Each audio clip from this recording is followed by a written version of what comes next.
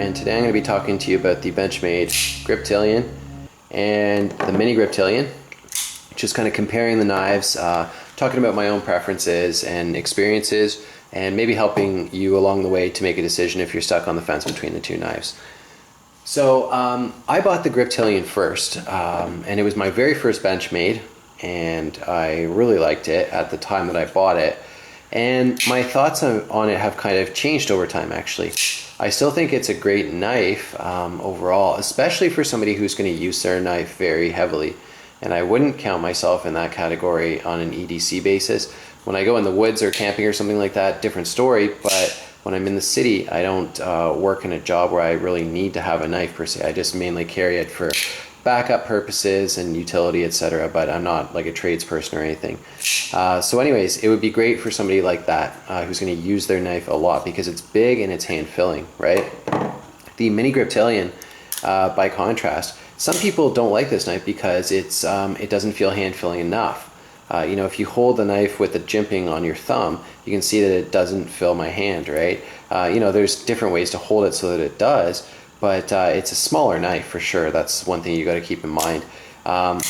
If you're going to use your knife a lot, like I said, go for the grip because it's more sizable and it's going to be easier to get a lot of things done. This knife is going to excel for EDC purposes, right? People who, by definition, use their knife occasionally, and they're not expecting to do a lot of work with it, but they would still like to have something with them that's capable, right? So that's sort of been my experience with the two knives, and I end up carrying the Mini Grip a lot more because, like I said, it just suits my lifestyle better. So how did I get over the small handle? Good question. I think the knife is very comparable to the Delica, actually. And I like this handle better. I said that in my comparison video of these two. I like a bigger handle, but it's so nice and thin, you know, so that it's still easy to carry. So I like the ergonomics of the Delica a little better than the Mini Grip. Equally so with the full-size grip. I like the ergonomics of this knife better. The thing is, I don't want to carry this knife because it's too big for me. You know, look at that close size versus the Mini Grip, right? Like that's substantially smaller. Much easier to carry. The other thing I'll say about these two knives in particular are the handle material of the Mini Grip I vastly prefer. I think this orange is cool. Like, I think it looks really nice, but I personally don't want to carry a high visibility color in my pocket.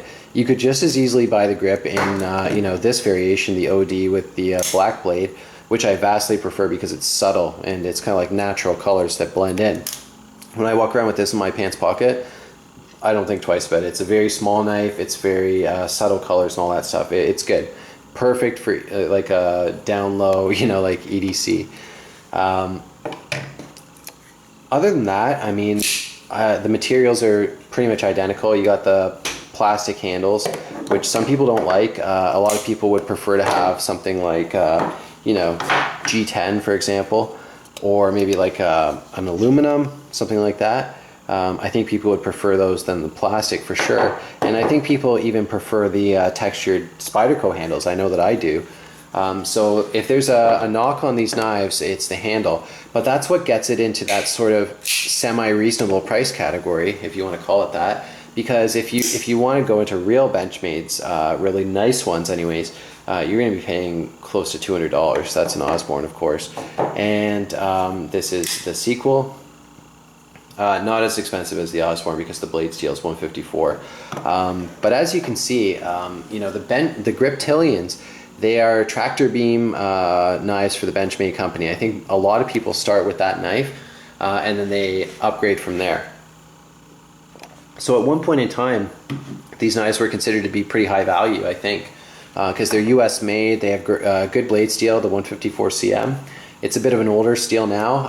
I know there's been a lot of different ones released over the years, like M4 and CUPM XHP and all that kind of stuff, S30V of course.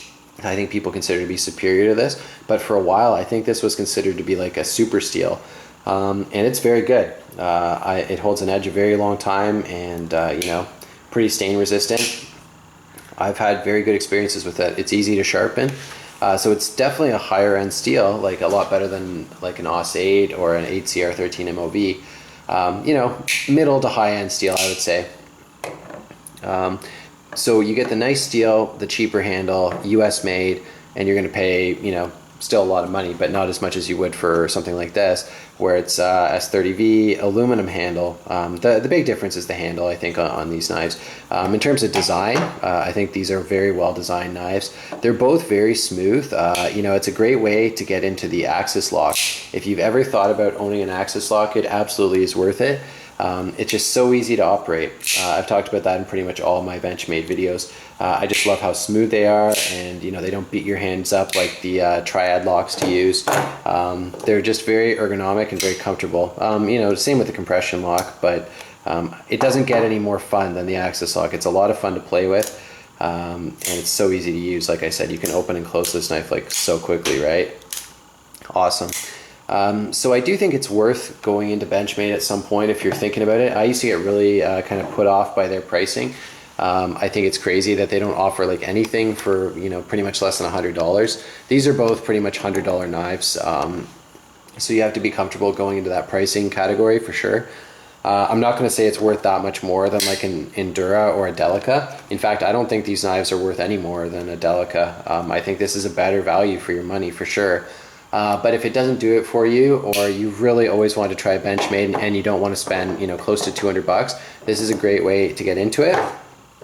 So for me, like I think I've already told you this clearly, but just to summarize, I do like the mini grip better, even though ergonomically it's inferior perhaps, and some people might not like it.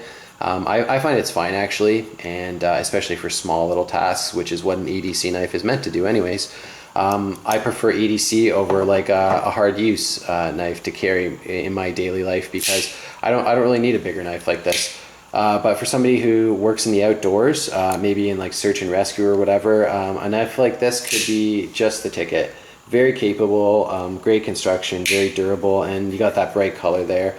Mind you, you're not married to the color, you could choose whatever colors you wanted, but I think that's who this knife would suit. I'm actually selling this knife. And it's sold already, so please don't bother to make any offers on it. But yeah, it's been a good knife, but you know, from time to time as a collector, it's time to let knives move on to a different master. So I'll be sending this knife out later today. Thanks a lot for watching.